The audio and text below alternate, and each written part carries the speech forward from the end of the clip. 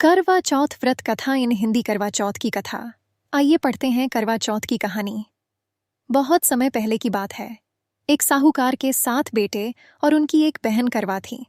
सभी सातों भाई अपनी बहन से बहुत प्यार करते थे, यहाँ तक कि वे पहले उसे खाना खिलाते और बाद में स्वयं खाते थे। एक बार उनकी बहन ससुराल से मायके आई हुई थी। शाम को भाई जब अपना व्यापार व्यवसाय बंद कर घर आए तो देखा उनकी बहन बहुत व्याकुल थी।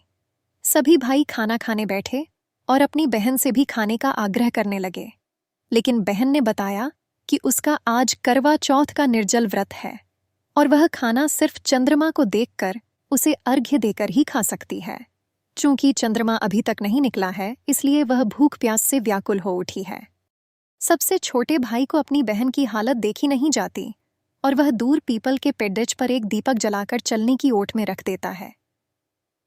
दूर से देखने पर वह ऐसा प्रतीत होता है कि जैसे चतुर्थी का चांद उदित हो रहा हो। इसके बाद भाई अपनी बहन को बताता है कि चांद निकल आया है, तुम उसे अर्घ्य देने के बाद भोजन कर सकती हो।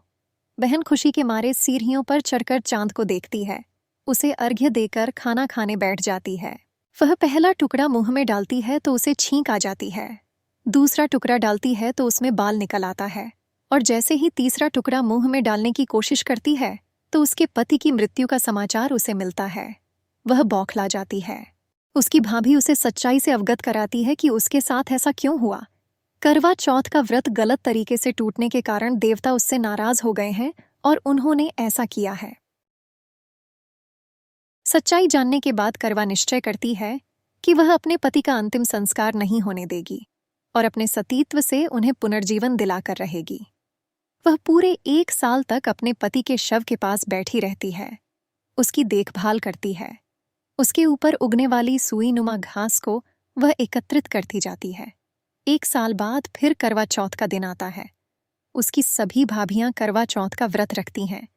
जब भाभियां उससे आशीर्वाद लेने आती हैं तो वह प्रत्येक भाभी से यम सुई ले लो, पिय सुई दे दो, मुझे भी अपनी जैसी सुहागिन बना दो, ऐसा आग्रह करती है। लेकिन हर बार भाभी उसे अगली भाभी से आग्रह करने का कह चली जाती है। इस प्रकार जब छठे नंबर की भाभी आती है तो करवा उससे भी यही बात दोहराती है। ये भाभी उसे बताती है कि चूंकि सबसे छोटे भाई की वजह से उसका व्रत टूटा था, अतः उसकी पत्नी में ही शक्ति है कि वह तुम्हारे पति को दोबारा जीवित कर सकती है। इसलिए जब वह आए तो तुम उसे पकड़ डी अच लेना, और जब तक वह तुम्हारे पति को जिंदा न कर दे उसे नहीं छोड़ना। ऐसा कहकर वह चली जाती है। सबसे अंत में छोटी भाभी आती है। करवा उनसे भी सुहागिन बनने का आग्रह करती है, लेकिन वह टाल मटोली करने लगती है। इसे देख करवा उन्हें जोर से पकड़ डियाच लेती है और अपने सुहाग को जिंदा करने के लिए कहती है। भाभी उससे छुद्धाने के लिए नोचती है, खसोटती है, लेकिन करवा नहीं छोड़ती है। अंत में उसकी तपस्या को देख भाभी पसीज जाती है और अपनी छोटी अंगुली को चीरकर उसमें से अमृत उसके पति के मुंह में डाल देती है। करवा का पति तुरंत श्री गणेश कहता हुआ उठ बैठता है। इस प्रकार प्रभु कृपा से उसकी छोटी भाभी के माध्यम से करवा को अपना सुहाग वापस मिल जाता है। हे श्री गणेश, माँ गौरी, जिस प्रकार करवा को चिर सुहागन का वरदान आपसे मिला है, वैसा ही सब सुहागिनों को मिले। अगर आपको हमारी कहानी अच्छी लगे हो तो चैनल को लाइक करें और सब्सक्राइब करें।